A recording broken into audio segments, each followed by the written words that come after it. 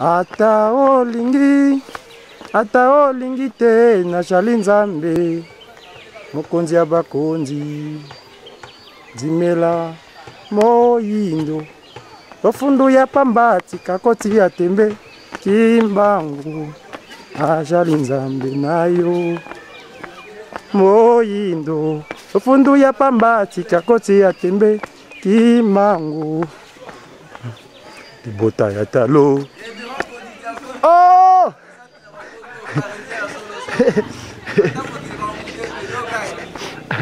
Libota ya talo. Laïndo. Des images à 100%.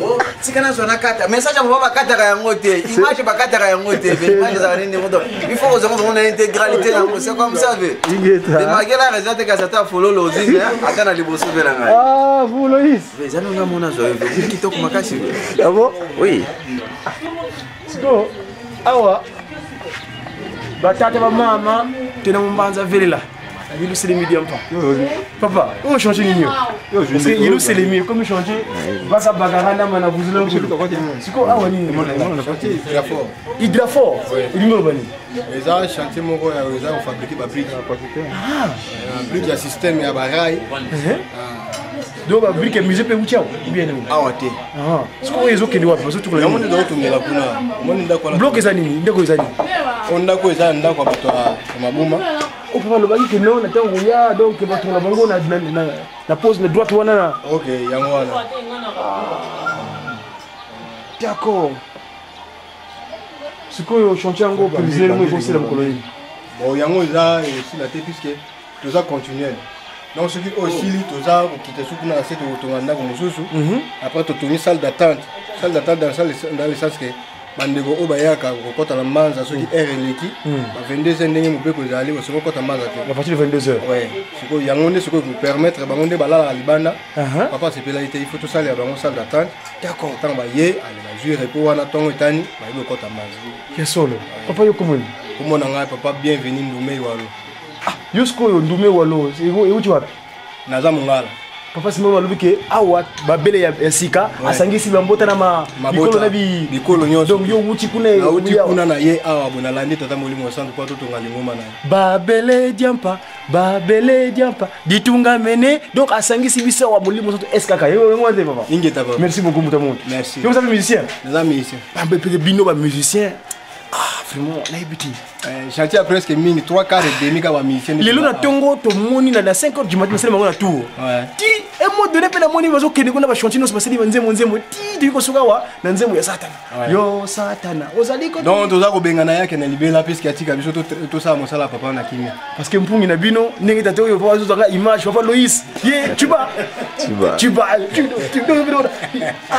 ça y est à l'époque de 5 mois na ngana kati nkamba entre 2012 na soutena début année 2013 nako fana 5 mois na kumone kuna na associé masimba ya radio télévision Kimongis siko ya 10 na mpungi makazo kiniga c'est ça merci beaucoup en tout cas na bitu soki ndikumuzana lo makopesa wa kaka na kadra musala déjà bagazate merci beaucoup ngana kochina ngana machimbanza pona tela honore ya kojabula merci biso pe toza ko mata kuna pour pesa le coup tata mpungi eza bino c'est ça tatula mpungi merci beaucoup tata merci à bientôt merci una nazaki na bidili mutamuntu Loïs donc ye wana mo collaborateur immédiat tuna ucho na kitika yaza ka tumbe mena ngai yangenda kuntima merci beaucoup merci donc voilà ici chers amis vous voyez comment on est là papa omo sana ngazara pose ngomona na kala kuna batu wapesa kabiso mwinda papa yakana utotela batu wangu penza pesa ngo kata mwa remerciement ko saka musala mangabu c'est SNL de l'équipe EDF kambuta oui vas-y mais la commune bino lelo ningi nzaba busika mu programme na yi bino babengi SNL de l'équipe sikoyo ndeko na ngai moteur oyo na butu mobimba pour tout la éclairé na kati nkamba banda euro banda euro nini opesa kali wichi na kikongo bengango nzaziki courant nzaziki nganta ngolo vana ngaya 18h juste tout précis siko bokati na erni Na 6h30 ou 6h40. D'accord. Sikoyo, ndenge pour epela boye, ils ont combien de mazout? Magite, combien de litres à magite? Il faut 600 litres. 600 litres. 600 litres, 3 filles. 3 filles. Sikoyo, na motuya ya mbongo, vous savez combien de dollars? Tu as une idée? Bon, en vrai dire, pour na kosomba biso to zeli sakaka mai soke yeba yeli biso to tche. Mais montant ndenge basomba le plus kosomba ya awa na kosomba ya ville ezande ndenge mususu. Parce que ya bine utaka wa. Oyo awa soki ke basombele awa. Tous on a kisa kuzaka kata Yerusalemu. Net kana Yerusalemu soki ke basombi 3 filles na awa ezana $1000. Donc chaque boutou pour éclairer Yerusalem $1000 pour na mutu ya kata Yerusalem. Oui. Par jour. Par jour. Ah.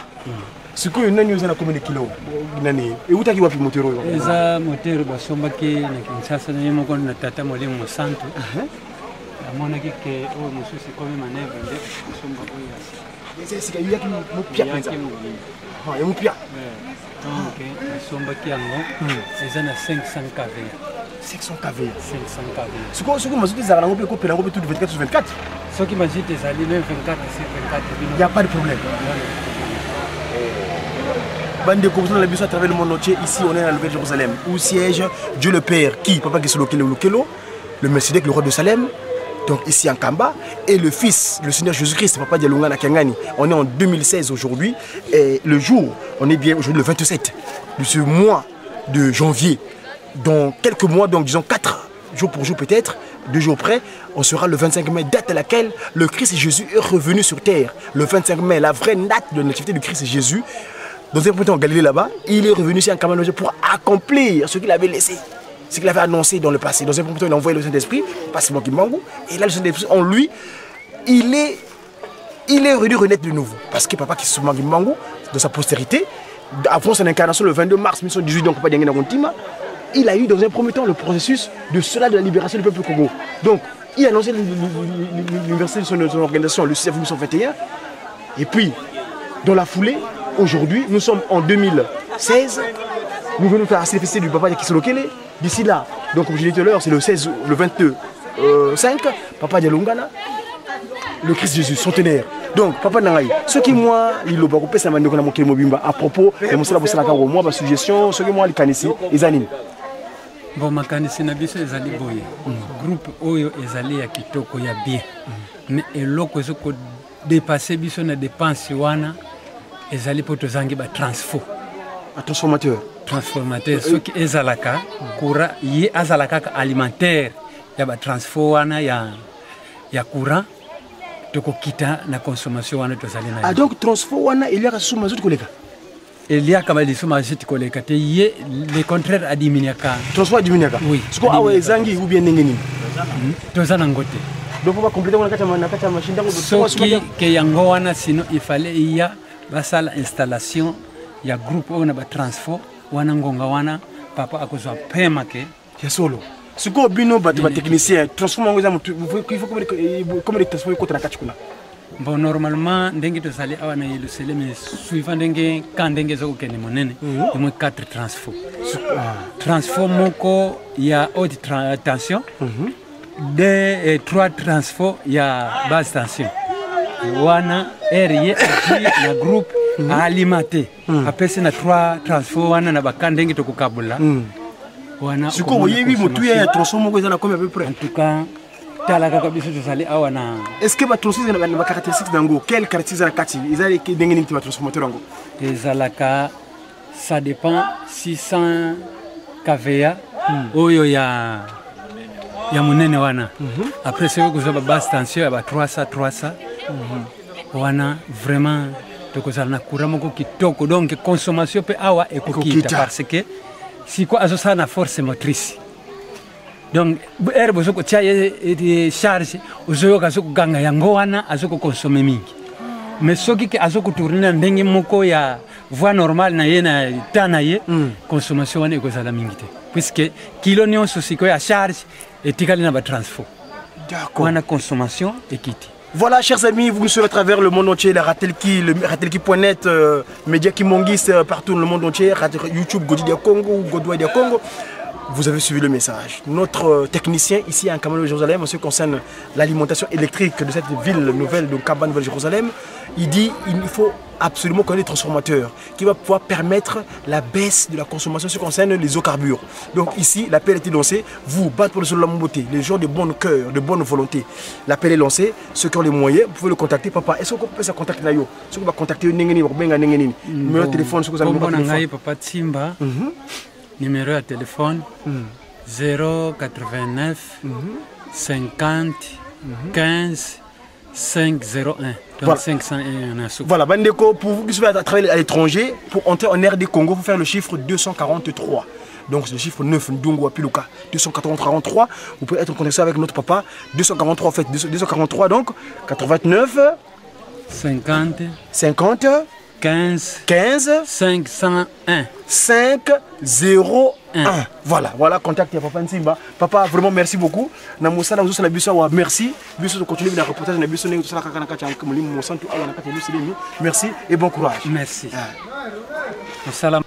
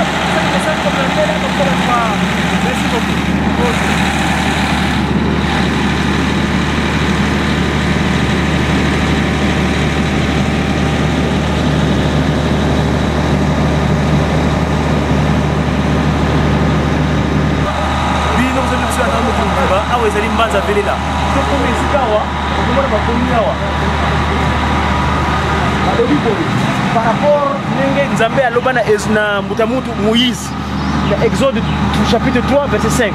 Longola sapatu omakoloma yo po ete esika yo telemi ejeli mabele ya bule ngi kongo ndinga mwanda vela katulan sapatu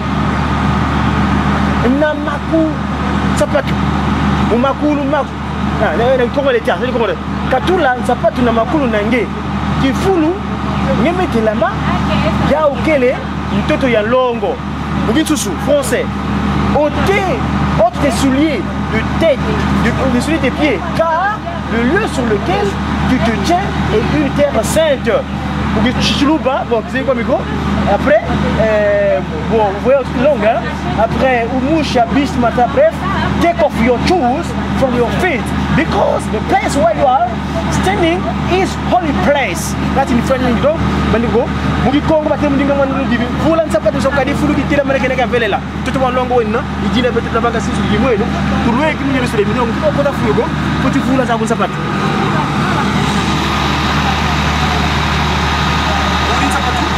Si vous voulez vous célébrer,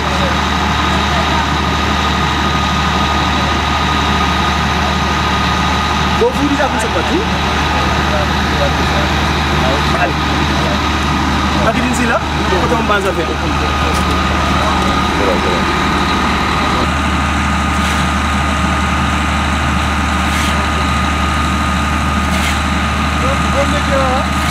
La droite. Ici, spirituellement, quand j'ai fait le cours biblique en Cameroun, j'avais dit qu'il y a un cours d'eau ici. C'est tout un fleuve, une mer d'eau. Ici, là, c'est là où on choisit la gauche chez Lucifer, et à droite, tu rentres en Banzavelela. C'est un triangle, un delta. Ici, le Ntumpa dont on parle, le Ntumpa. Ici, Quand vous arrivez ici, si vous êtes dans ce Bolingo, Libé comme ça là, eh bien, vous avez l'accès. Vous avez l'accès de la sécurité. Vous avez accès à aller voir Papa du Télé. Vous avez la possibilité de voir Papa de Lungana. Vous avez la possibilité de voir Papa de la Moitié. Voilà. Comme là-bas. Il y a eu, il y a Banza.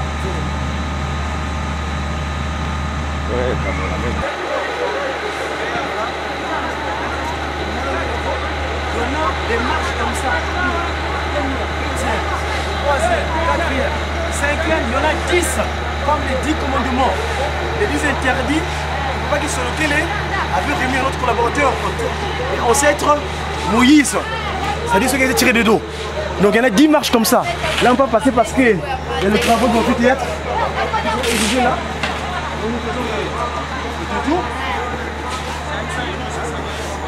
Voilà. Voilà le carrière, vous voyez. Mais là, ça, là, c'est la volonté. C'est l'esprit qui les guide. Papa Simon qui va, vous voyez, tout argent confondu. Parce que quand on sait la femme battue, on va me pécer. Le chef de chantier, je me demande papa Aloubé. C'est mon Albert. C'est mon collègue de la promotion. École publique en Kamba en 2012. Il y a un gars de la promotion Moko. Je papa comment on dit papa Albert. Centre 9e. Donc vous êtes dans le couloir de Damana. Papa. Donc je vais vous dire que 2 secondes kaka. Ah, on me sait nous au salon. Oh ni.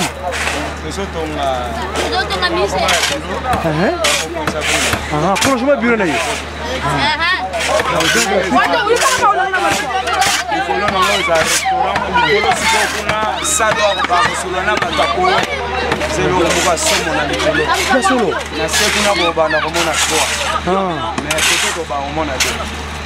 À partir de ce qu'on a premier poste, vous avez 3.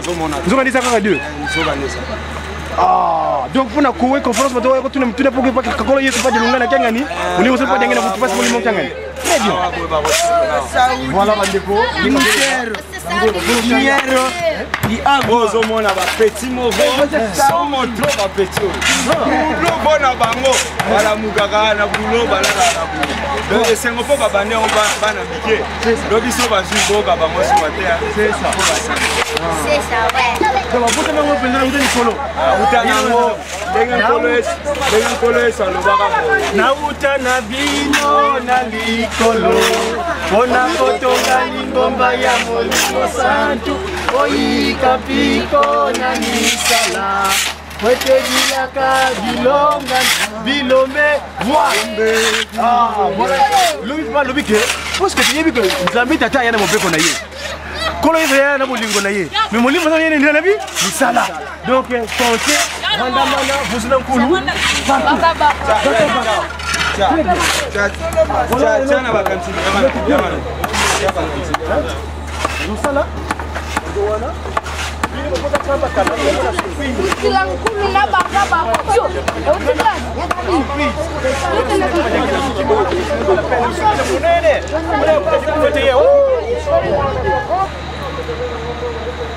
Voilà, donc tout le monde se donne pour contribuer pour ce qu'on appelle la pierre à l'édifice.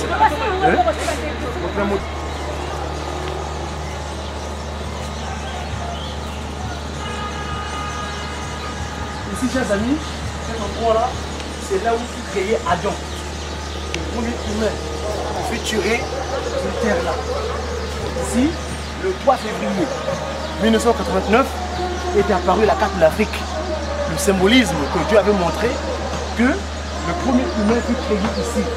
Papa qui se loquait en tant que potier, papa de Lungana qui mit le sang et de l'eau, et papa de Ngena qui met son souffle de vie. Donc cette divinité passe mon Kangani. C'est passé ici. À l'intérieur, vous verrez le possible de visiter un jour, il y a la carte de l'Afrique qui avait apparu d'une manière mystique, sur le sol comme ça. Hein? La carte de l'Afrique, c'est là qu'on peut créer le premier humain Adam. On appelle les Mbuki, c'est-à-dire prendre soin. Voilà. Ça s'est passé là.